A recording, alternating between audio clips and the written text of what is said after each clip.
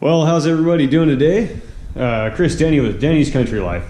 Wanted to give you an update on the Enco knee mill. Just some of the things that I've done in preparation for machining some parts. So, if you remember from my last video, the quill or spindle brake did not work and the fine feed engagement wheel was missing. So I addressed the brake, took it apart. Luckily, I was able to repair it with just material items that I had here on hand, which is that's a fortunate thing because I don't think that I can get those parts anymore. So yeah, so that's all good. The spindle brake does work, yay, and so does the phase converter that I brought in. The fine feed, fine down feed engagement wheel. I didn't have a really good idea of what to make, so I just kind of started getting a little bit creative.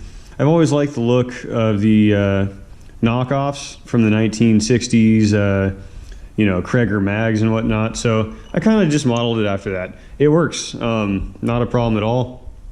I polished it up with a flapper wheel, deburred it good, and then shot it with some clear coat so that it won't rust. But it works, everything is good now.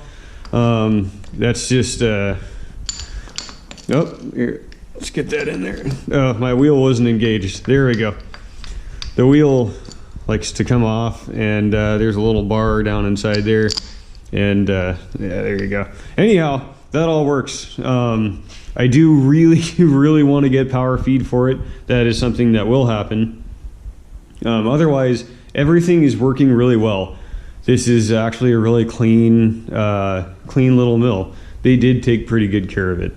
So as far as the backlash on the y-axis, that is something that I do want to address. It isn't a huge deal, but what I want to do is take this table off, and I want to clean everything, deep clean the gibs, the screws, inspect the nuts, all the bearings associated with these axes, and just make sure that everything's right, the way that it should be. If the bearings check out, I might just pull that y-axis nut out and have a machine shop make it for me, as I don't have a lathe. So anyhow, where are we at? So the pallet, I left it on the pallet because I like the working height of that table where it's at. When I purchased this from the shop where it was at, it was sitting on the 6x6 square tube on the floor, and I felt like it was low. When I do spend time on this, a fair amount of it could be on some taller, larger parts, and I don't want to have to be kind of I don't want to say stooping, but I don't want to be bent over. So, and so the other cool thing about the pallet is it makes it so that it's mobile. So I got the pallet jack. I got that from a buddy of mine. It has a cracked wheel, and so company said can't have that. It's unsafe. But for what I'm doing, I can move the mill around. If I end up working on a much larger project that's going to require more space, I can always move that back or off to the side or whatever. So that's kind of cool. Leaves it mobile. And because this isn't backed up to a wall where I can put shelving or anything to go behind it, I did build this little kiosk, I guess you could call it, mount for the phase converter, R8 collet set, and just some basic tools that I'll be using on a regular basis. I just bought these real cheapo fly cutters from Grizzly because I didn't have any, and I figured that it would be handy. If they turn out to be junk, well, I'm only out $24. So,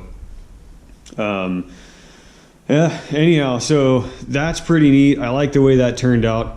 I do plan on putting up a couple of 2x4s or 4x4s up just about to this height, and then I'm going to put some, maybe like some 3mm clear plastic or something behind it so that I don't get chips all over my workstation there. But yeah, so the mill runs nice and quiet. I'm very pleased with it.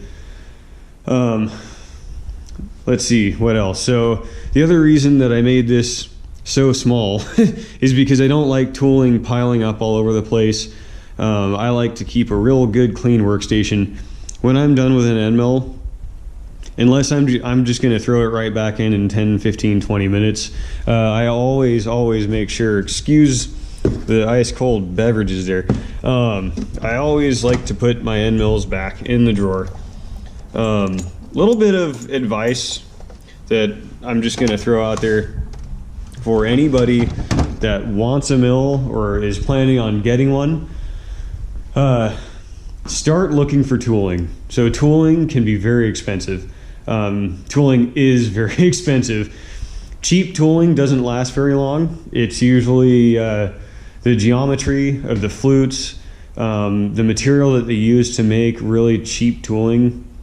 It just doesn't last very long, and it can make for an ugly cut. It can leave you stranded on a job on a weekend when no place is open to buy tooling from. I'm not saying don't buy cheap tooling. There's a place for it. You know, if you're doing mostly aluminum, you can get by with some really inexpensive tooling for, you know, probably a fair amount of time. But if you plan on buying a mill, when you get the extra money, pick up an R8 collet set. Buy a few end mills. Shop flea markets, garage sales. Sometimes you'll find end mills at garage sales. All that stuff really adds up. So you know, it might not look like a whole lot here, but just these end mills right there, most of those are carbide. That's hundreds of dollars worth of tooling there.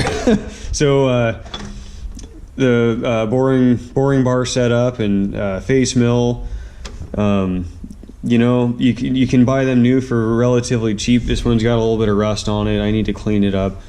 But those things all add up. So if you don't keep that in mind when you first buy your mill, you're thinking, okay, great, I just spent, let's just say you bought a Grizzly for $2,500. Wow, I have a mill, and now I need a vise, and now I need an R8 collet set, and now I need this tooling and that tooling, and all of a sudden you're another $1,000, you know, $500 if you do it on the cheap just into that.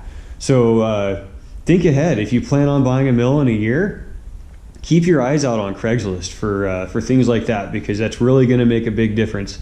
I've had that R8 collet set. It's used, but it's in relatively decent shape. I've had it sitting around for like 3 or 4 years.